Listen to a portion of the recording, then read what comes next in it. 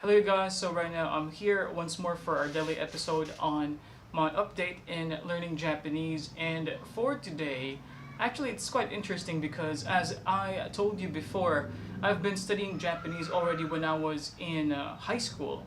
So back in, I'm quite ashamed to tell you, but that was a long time ago. That was like around on in 2005. I was on my high school days when I started to learn more about Japanese culture, Japanese language. I tried reading and trying to write as well hiragana, katakana, and kanji during that time.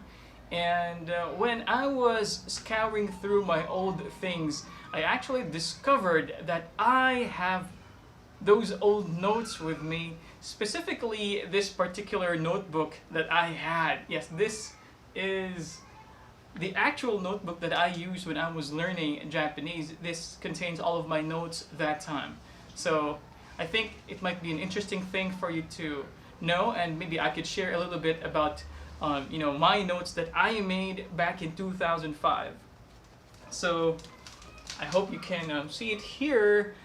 The color of the page is quite yellowish already. So this was back in 2005.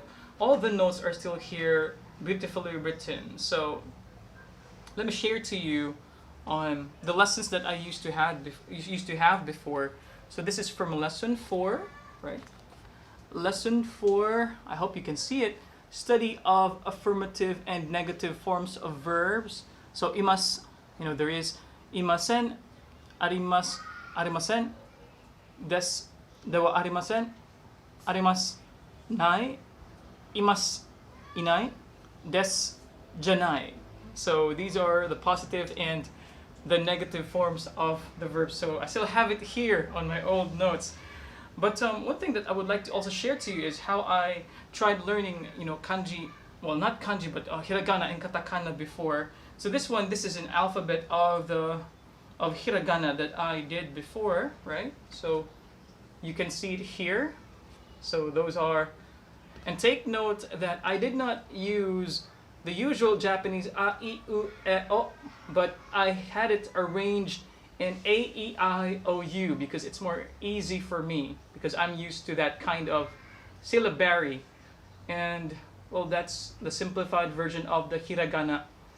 And also some parts here because I used to have this very old book before. So I got some of my notes from that. Interestingly, one of the main things that helped me understand a little bit on Japanese, spoken Japanese, is on watching films. So I remember very clearly when I was in high school, I was studying Japanese and I stumbled upon a very interesting movie. It's called Azumi. It's a story of a female warrior, kind of like a samurai, yeah, samurai. And then it was her adventure of defeating enemies, something like that. So from that movie, I would because I still don't know how to write romaji that time. I would literally pause, play the movie, and just write down as I have heard it. So there is of course an English subtitle. So I just try to listen on what they say.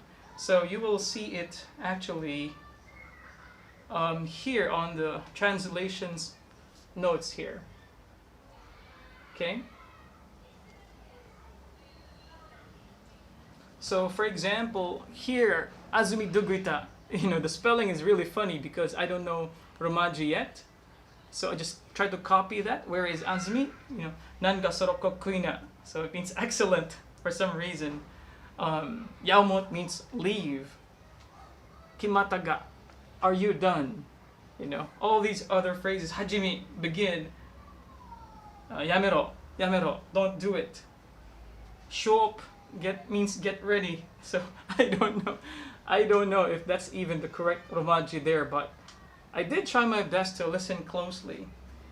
So that is how I started learning based on films. So I watched I think a couple of other Japanese movies, but Azumi is a standout because I really watched that movie for I think 3 or 4 times just for the Japanese words that I have to pick up from that movie.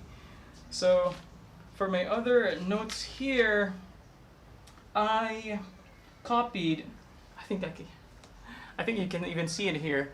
February 17th, 2005. So basic lessons from JapaneseLanguage.com.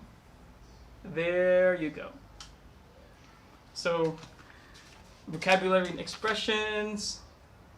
Wow, this brings a lot of memory. How to count, of course. So it's how they count in Japanese, right? So it's still here in my old notes. So what are the changes now on how I make some notes compared with how I used to make it when I was in high school? A lot of differences really. For one, my handwriting is so good, so beautiful back when I was in high school. So now, no, not anymore, obviously. So yeah, for me, this is very helpful because in some ways when I look at my notes, it's more like a review for me, so which is a good thing. But of course, I still have to stick with my original, basis for learning, which is the audio lessons that I have. A couple of ones that also I used to follow now, Kitani method, which is a kind of learning strategy based in Tokyo for a simplified learning of the forms of verbs and sentence structure in Japanese. So yeah, I think that's all for now for this episode. So I'm glad to share, all of these notes that I have back in 2005. So thank you so much for watching, and I'll see you next time. Ja, mata ne. Bye bye.